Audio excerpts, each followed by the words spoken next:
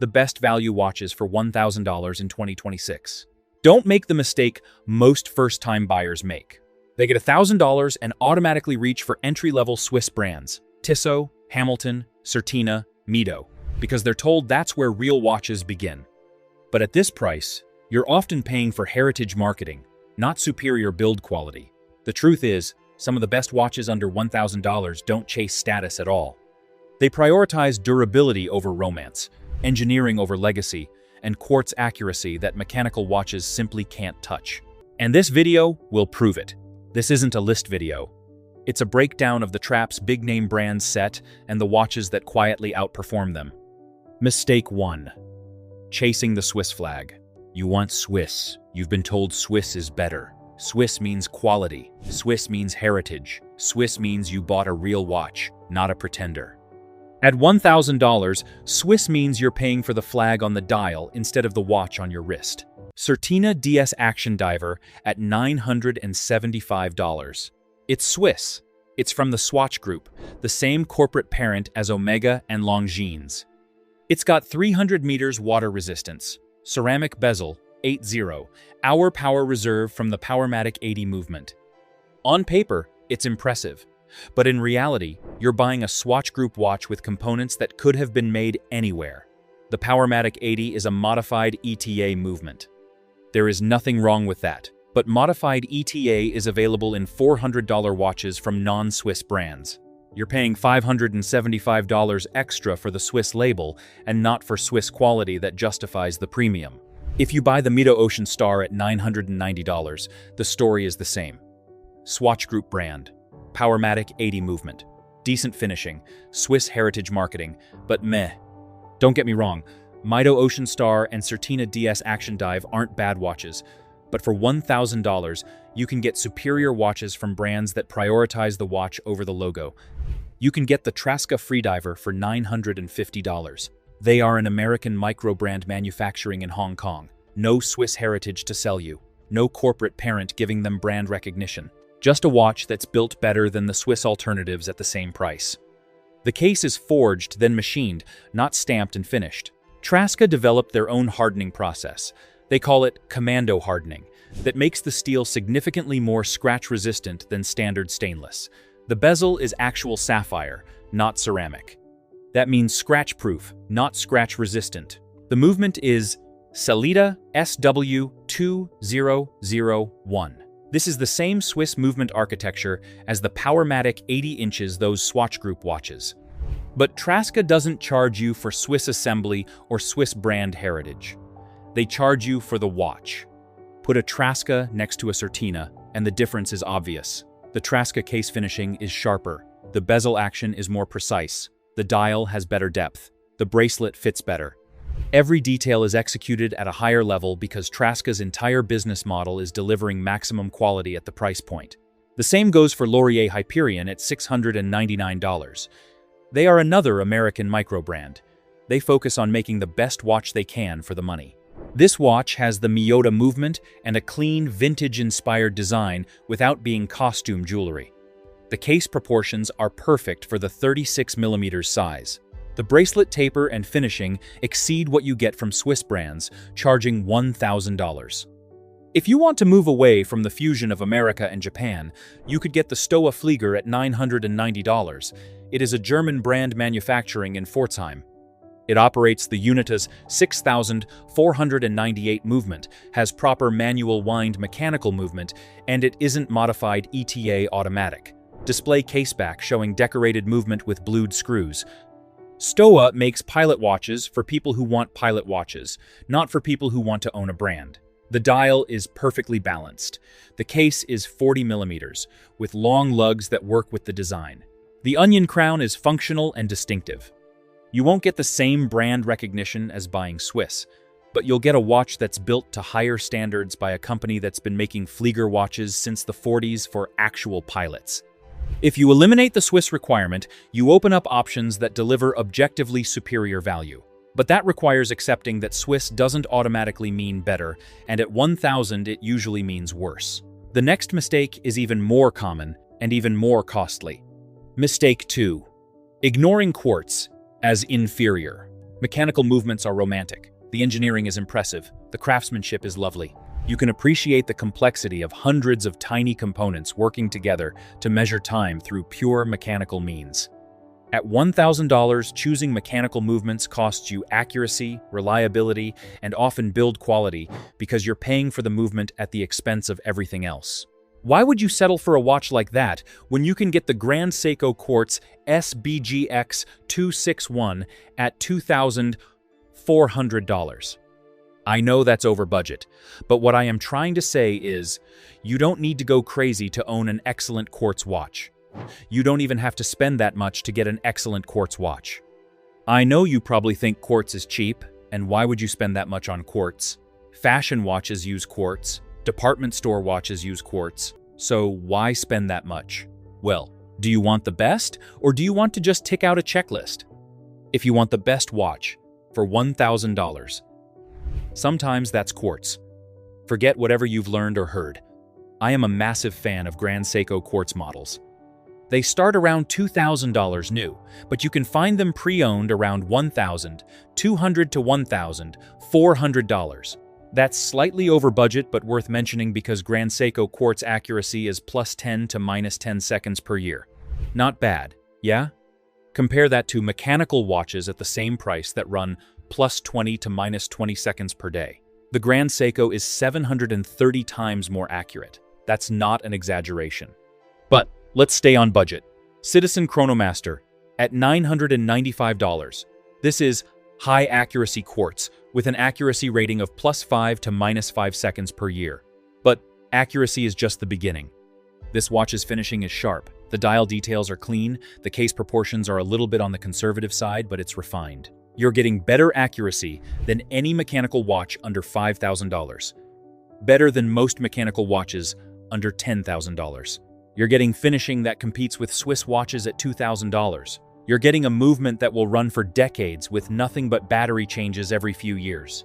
The only thing you're sacrificing is the ability to say it's mechanical. That's pure ego. If you care about the actual watch, accuracy, reliability, finishing, long-term cost of ownership, quartz wins at this price point. Bulova Precisionist at $650. It has a 262 kHz frequency compared to 32 kHz in standard quartz.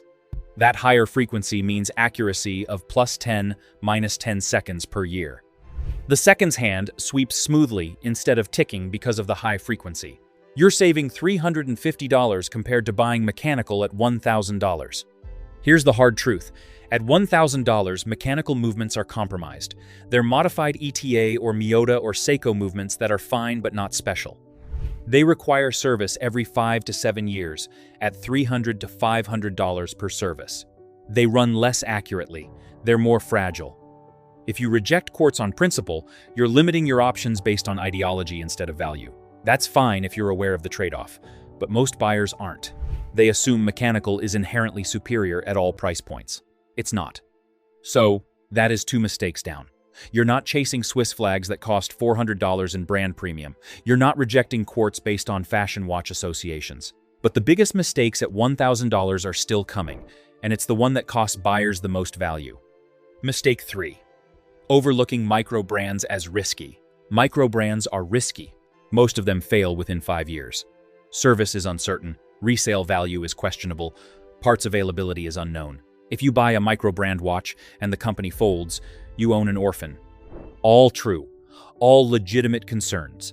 None of that changes the fact that micro-brands at $800 to $1,200 deliver better value than established brands at the same price. The risk calculation is simple. Would you rather own a mediocre watch from an established brand with guaranteed service, or an excellent watch from a micro-brand with uncertain service?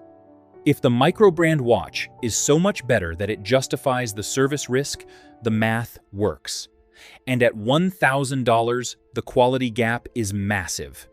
Manta Atlas at $1,150. Slightly over budget, but worth stretching for. Manta started as a micro-brand in 2016. They've survived long enough and built enough credibility that the risk is minimal now. The watch itself embarrasses Swiss brands at double the price. The case finishing is exceptional. It's got sharp edges, perfect polishing, clean brushing transitions. Bezel action is precise, with perfect alignment. The bracelet is properly designed with the correct taper and milled clasp.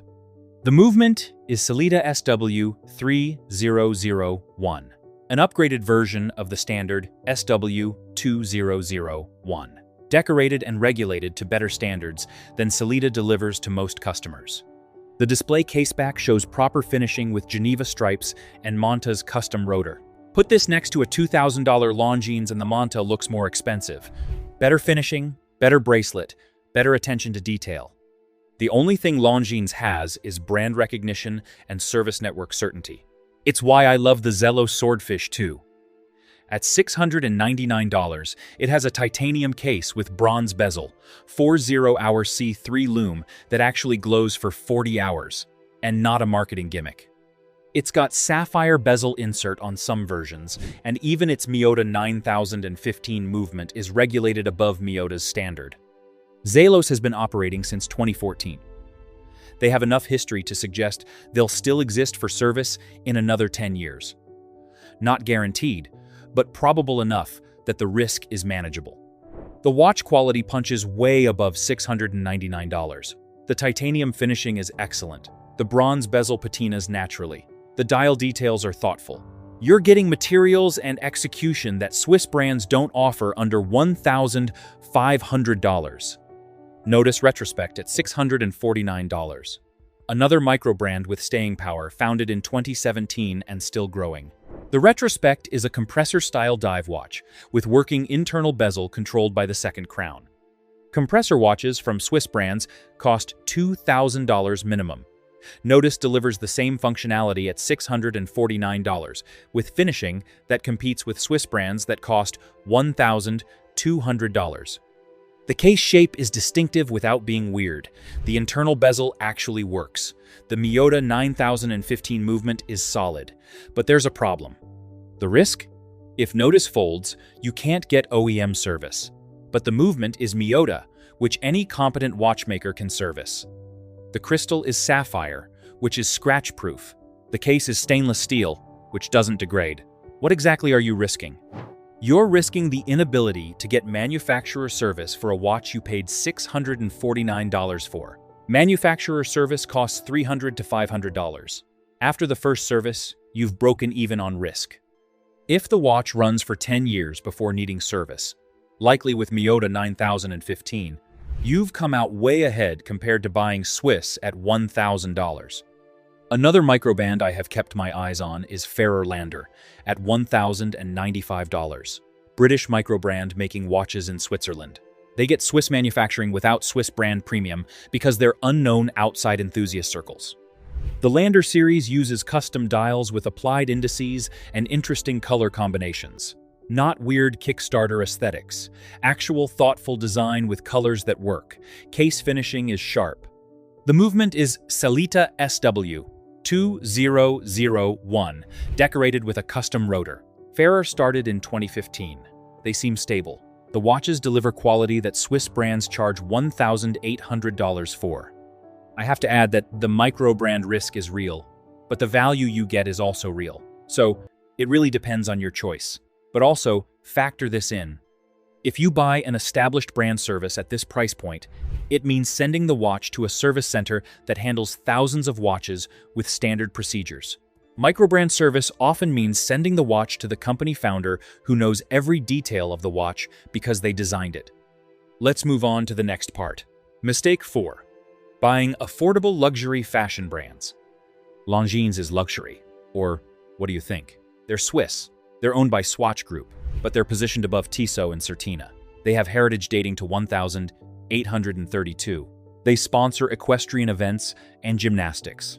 They feel premium, but at $1,000, Longines is a fashion brand masquerading as a luxury watchmaker. Longines Hydro Conquest costs around $1,050. It's basically about $50 over budget, but it's the entry point to Longines. Swatch Group ETA movement, ceramic bezel, 300 meters water resistance. On paper, it checks boxes. In reality, it's just hype. The case finishing is adequate, not exceptional. The bracelet is functional, not refined. The movement is stock ETA, with minimal decoration. The dial printing is clean but generic.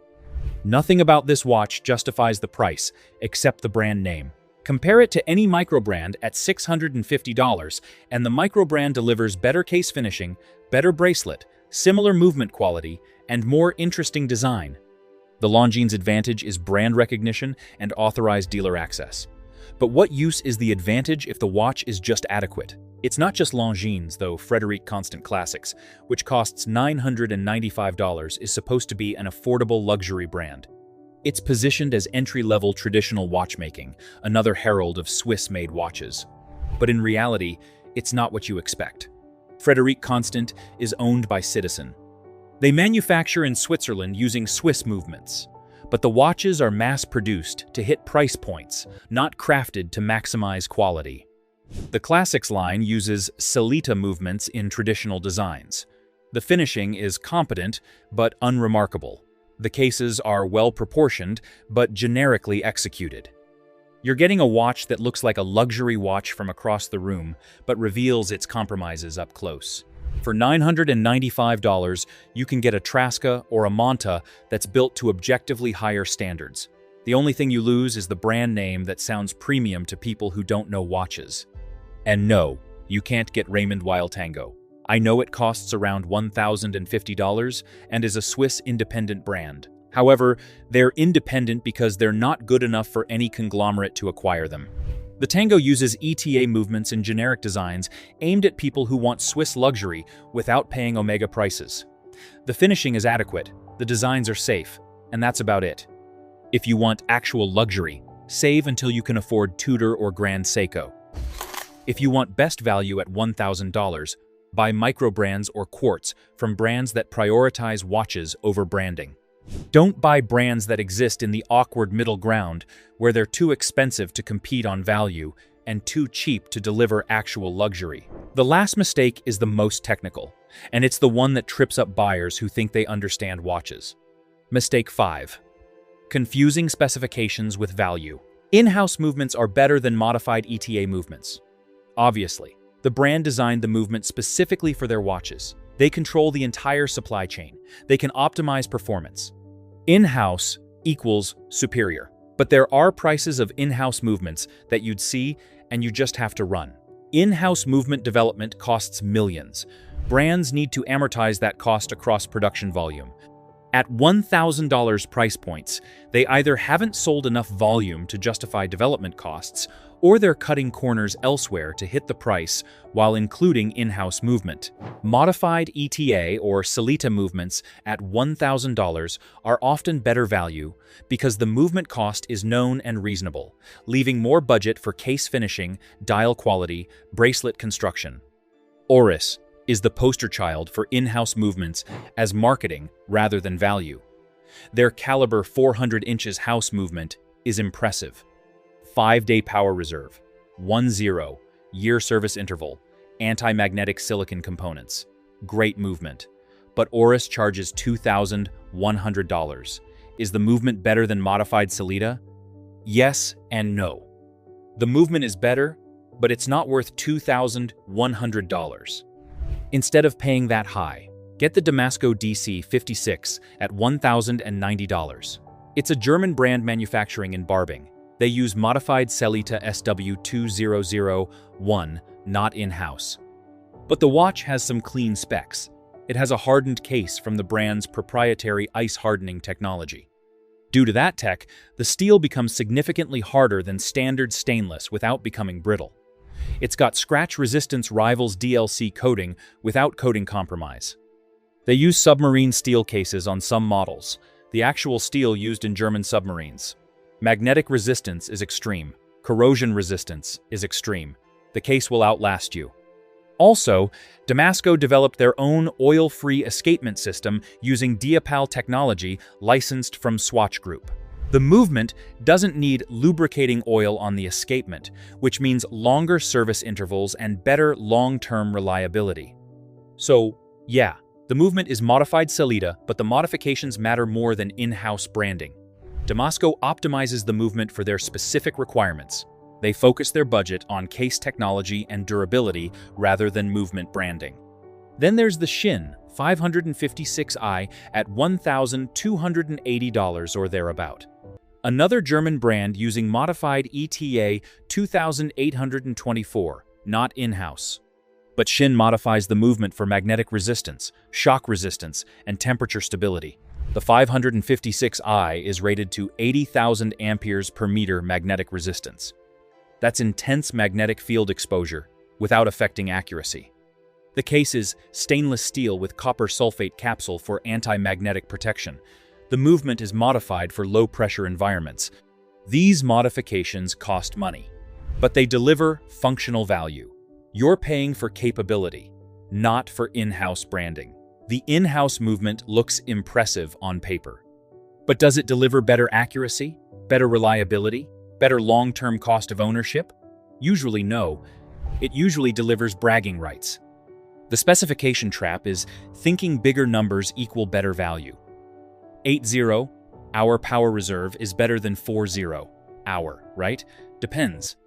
If the 80 hour movement compromises amplitude at the end of the power reserve, you're better off with a 40 hour movement that maintains consistent accuracy. In-house movements are better than modified movements, right? Depends. If the modified movement is optimized for specific performance characteristics that matter to you, it's better than generic in-house movement. Sapphire crystal is better than mineral crystal. True. But is sapphire bezel insert better than ceramic bezel? Not always. Sapphire is more scratch resistant. Ceramic is more impact resistant. Neither is objectively better.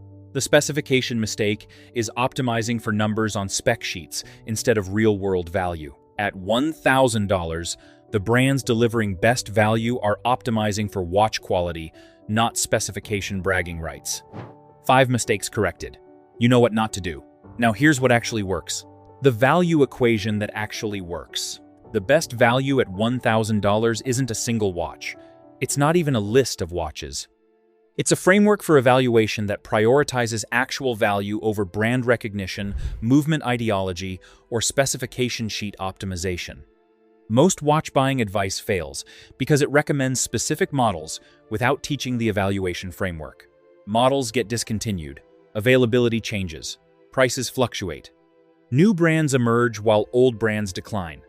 If you're optimizing for specific model recommendations, the advice becomes obsolete in 6 months. If you're optimizing for an evaluation framework, the advice remains useful regardless of which specific watches are available. The framework adapts. The principles remain constant. You can apply it to watches that don't exist yet. The first thing you should remember is Swiss isn't automatically better than American or German or Japanese. In-house movements aren't automatically superior to modified ETA or Sellita. Established brands with century-long histories aren't automatically safer investments than micro-brands with decade-long track records. These hierarchies exist in marketing, not in manufacturing reality. Swiss brands charge premiums because buyers pay premiums, not because Swiss assembly adds proportional value. In-house movements cost more to develop, but don't necessarily perform better than well-modified standard movements. Established brands survive through marketing budgets, not through superior quality that justifies survival. Evaluate each watch on what it actually delivers in your hands.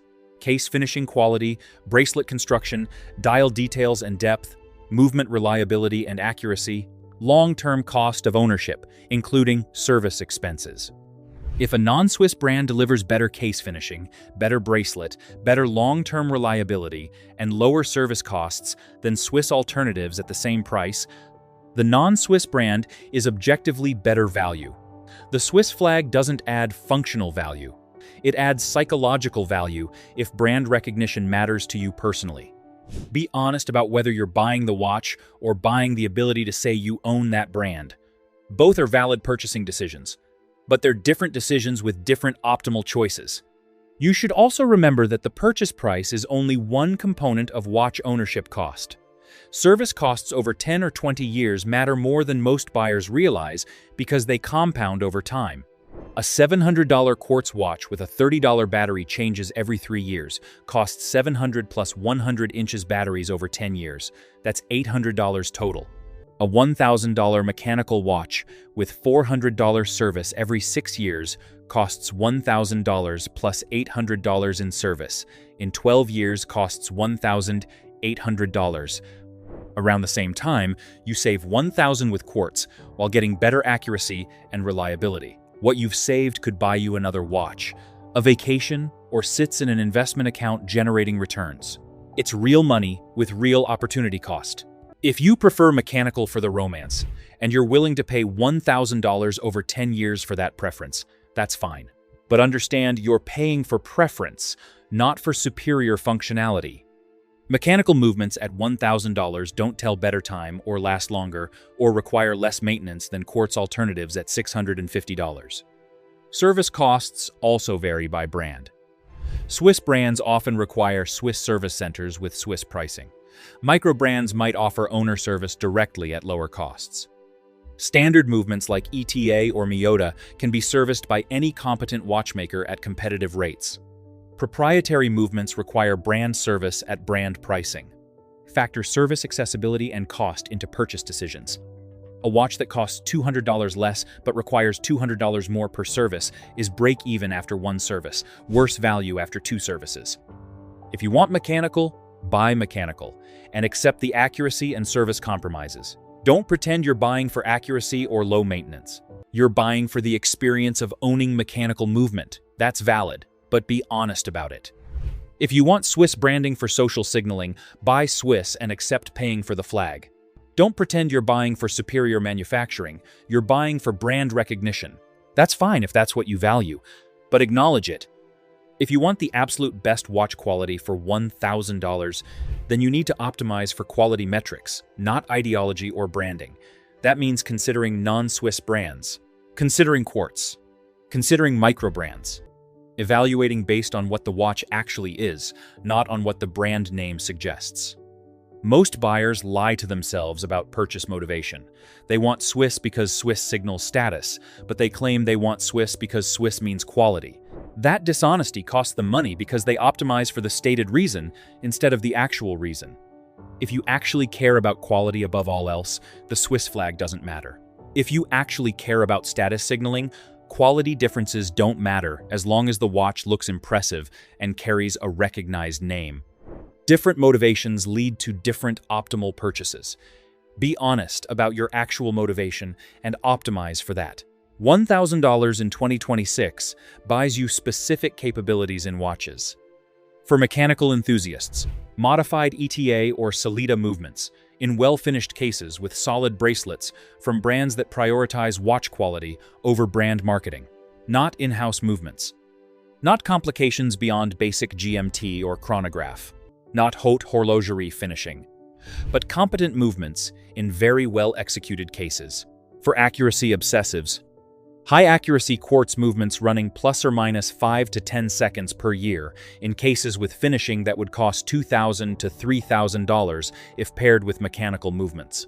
Accuracy that mechanical watches can't match at any price under $5,000. For design-focused buyers, unique dial colors, interesting case shapes, thoughtful design details from micro brands that differentiate through design rather than through movement specifications. Watches that don't look like everything else at the price point. For durability maximalists, German tool watches with hardened cases, anti-magnetic protection, extreme water resistance, and movements modified for specific performance characteristics like magnetic resistance or temperature stability. $1,000 doesn't buy you in-house movements with custom architecture, haute horlogerie finishing on par with Long or Patek, complications like perpetual calendars or minute repeaters, exotic materials like platinum or gold, heritage brand prestige from Rolex or Omega. Know what the price point delivers and optimize within those constraints. Don't expect $3,000 watch capabilities at $1,000 pricing.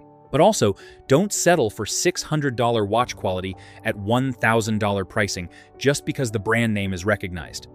The $1,000 price point is where value exists if you know where to look. But most buyers don't look beyond authorized dealers and recognized brands and end up making mistakes, as you have seen. They chase Swiss flags that cost $400 in brand premium. They reject quartz based on fashion watch associations. They avoid micro-brands based on abstract service risk. They buy affordable luxury brands that deliver marketing instead of quality. They confuse specifications with actual value. Those mistakes cost them 30 to 40% of potential value. They pay $1,000 for watches that should cost $600 to $700 based on actual quality and manufacturing cost. They get competent watches, but they don't get the best watches available for the money. You know better now. You know the mistakes. You know the alternatives. You know the evaluation framework. The best value at $1,000 is whatever watch you choose after avoiding those 5 mistakes and evaluating options based on actual quality instead of brand recognition. That might be one of the watches I recommended. That might be something completely different that aligns better with your specific preferences and use cases. What matters is that you're making the decision based on value evaluation rather than brand hierarchy or ideological assumptions or specification sheet optimization. You're buying the watch, not the marketing. You're prioritizing quality, not recognition. You're evaluating what you're actually getting for $1,000 instead of what the brand wants you to think you're getting. Do that and $1,000 buys you a watch that competes with options at twice the price. Ignore that, and $1,000 buys you a watch that delivers half the value while costing twice as much as the better alternatives you never considered. The choice is yours. Choose wisely. And also, choose the channel that'll always give you information that'll serve your best interest. Like this video, subscribe, and I'll see you in the next one.